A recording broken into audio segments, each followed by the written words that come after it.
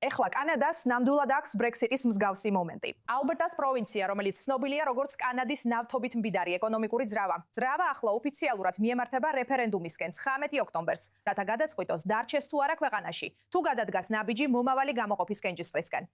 ეხლა პრემიერი დანიელ სმითი ამბობს, რომ ეს ეხება ხალხისთვის აზრის მკაფიოდ გამოხატვის შესაძლებლობის მიცემას ოტავასთან წლების განმავლობაში დაგროვილი იმედგაცრუების შემდეგ, განსაკუთრებით ენერგეტიკისა და ეკონომიკური პოლიტიკის საკითხებში. მაგრამ მიუხედავად იმისა, რომ ეს კენჭისყრა იურიდიულად სავალდებულო არ არის, ის უკვე პოლიტიკურად ბევრად უფრო ძლიერ გავლენას ახდენს, რადგან როგორც კი ასეთ კითხვას ბიულეტენზე აყენებ, თუნდაც ეტაპობრივად, მას თავისი ცხოვრება უჩნდება. და ისეთ პროვინციაში, როგორიცაა ალბერტა, სადაც სეპარატისტული განწყობები 10 წლეულებია მოდის და მიდის, სწორედ ასეთი იმპულსი აშინებს ოტავაში მყოფ ხალხს. ეხლა შეთადეცადა მაიკლ ბერნარდ ვერნიკი. ის არის იაროსლავსკის კათედრის ხელმძღვანელი ოტავას უნივერსიტეტში. მოდი პირველ რიგში აგვიხსენეთ რა არის ის, რაც ალბერტელებს ასე ძალიან აღიზიანებთ, უფრო კონკრეტულად და რამდენი მათგანი უჭერს მხარს დამოუკიდებელ სახელმწიფოდ გახდომას. იმ გამოკითხვების მიხედვით, რაც ჩვენ ვნახეთ. მადლობა ინტერესისთვის. დარწმუნებული ვარ, გარედან რომ უყურებ, ეს საკმაოდ უცნაური სახის სეპარატისტული მოძრაობა. ის ისტორიულ საფუძველზე არ არის დაფუძნებული, როგორც შოტლანდია, კატალონია ან თუნდაც კორსიკა. მას არ აქვს არც რელიგიური, არც ენობრივი და არც ეთნიკური საწვავი, რომ ამოძრავებდეს. ის ძირითადად დაფუძნებულია, როგორც თქვენ თქვით შესავალში, გარკვეულ დაგროვილ წყენებზე, იმის გამო, რომ ეროვნული პოლიტიკის განსაზღვრისას თქვენი სურვილები არ სრულდება, განსაკუთრებით რესურსების ეკონომიკის საკონომიკის.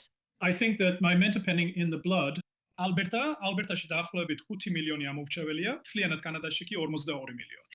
კანადელების უმეტესობა ონტარიოში და კვებეკში ცხოვრობს. და ისინი, როგორც წესი, განსაზღვრავენ არჩევნების შედეგებსა და პარლამენტების შემადგენლობას და ასე შემდეგ.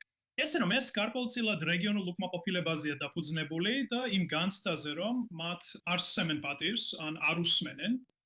ამჟამად თუ გავითვალისწინებთ გამოკითხვებს, რაც 6 თვით ადრე შეიძლება რაიმეს ნიშნავდეს ცალსახა კითხვაზე, ალბერტელების უმეტესობა აშკარად სურს კანადის შემადგენლობაში დარჩენა. მაგრამ სამწუხაროდ უკვე დაწყებულია გარკვეული პროცესები და ძალიან დაძაბული და რთული პერიოდი გველის. თუ ალბერტა მართლაც გახდება დამოუკიდებელი, როგორ იმოქმედებს ეს დანარჩენ კანადაზე? ეს ძალიან კარგი კითხვაა. ბევრი ჰიპოთეტური ვარიანტია. ჩვენ ეს უკვე გამოვცადეთ კვებეკში ორი რეფერენდუმის დროს, რომელიც სეპარატიზმს ეხებოდა. თავარი საკითხი ისაა, რომ ჩვენ უცნობში შევდივართ, უცნობში. კვებეკს გარკვეული მთლიანობა აქვს ფრანგული ენის გამო. არ არის ნათელი, რას შეძლებს ალბერტა, რომელიც ხმელეთით არის გარშემორტმული. მათი რესურსებზე დაფუძნებული ეკონომიკისთვის ხმელეთით ჩაკეტილობა კარგი არ იქნება. ამიტომ ვფიქრობ, რომ ადამიანები, რომლებიც ესეთ სპეკულაციებში ერთვებიან, ფიქრობენ, რომ დამოუკიდებელი ალბერტა ძალიან სიცოცხლისუნარიანი არ იქნება და საბოლოოდ შეერთებული შტატები შთანთქავს მას. ეს დიდი უცნობია. როგორ ფიქრობთ, რამდენად რისკიანია კანადისთვის სეპარაციის რეფერენდუმების ნორმალიზება, მაშინაც კი, როცა ისინი სავალდებულო ძალას არ ატარებენ? ხოლო თითოეულ პროვინციას აქვს უფლება ჩაატაროს პლებეციტები და რეფერენდუმები. ისინი საკმაოდ გავრცელებულია სხვა საკითხებზე, მაგალითად საარჩევნო სისტემის ცვლილებებზე და ასე შემდეგ. დიახ, ესპანეთის მთავრობამ ბევრად უფრო მკაცრი პოზიცია დაიკავა ბასკეთის რეფერენდუმის მიმართ. ამიტომ იცით, ვფიქრობ, თუ რაიმე სტრატეგია აქვს პრემიერს, ის იმედოვნებს, რომ გამოიწვევს მოლაპარაკებებს პოლიტიკური დათმობებისა და პროვინციისთვის მეტი ავტონომიის გაშენო. შესაძლოა კონსტიტუციური ცვლილებებიც კი, მაგრამ ეს ძალიან დიდი რისკია. მართალია. იცით, ბოლოს და ბოლოს არსებობს თუ არა რაიმე გეგმა, როგორ დავამშვიდოთ ასეთი რეგიონული აღშფოთება, ისე რომ ეს არ გადაიზარდოს კონსტიტუციურ კრიზისში. თქვენ ახსენეთ კვებეკი როგორც წარსული სეპარატისტული მოძრაობების მაგალითი. პირველ რიგში კითხვა ისაა, გინდათ რომ კანადის ნაწილი იყოთ? ჩვენ კვებეკში ორი სხვადასხვა რეფერენდუმის დროს, ორი თაობის განმავლობაში აღმოვაჩინეთ, რომ კვებეკელი სეპარატისტები, რომლებიც ძალიან გამოცდილი პოლიტიკოსები იყვნენ, დამარცხდნენ კვებეკელ ფედერალისტებთან, ძალიან ცნობილ ადამიანებთან, რომელთაც თქვენი მაყურებლიდან ზოგიც იცნობს.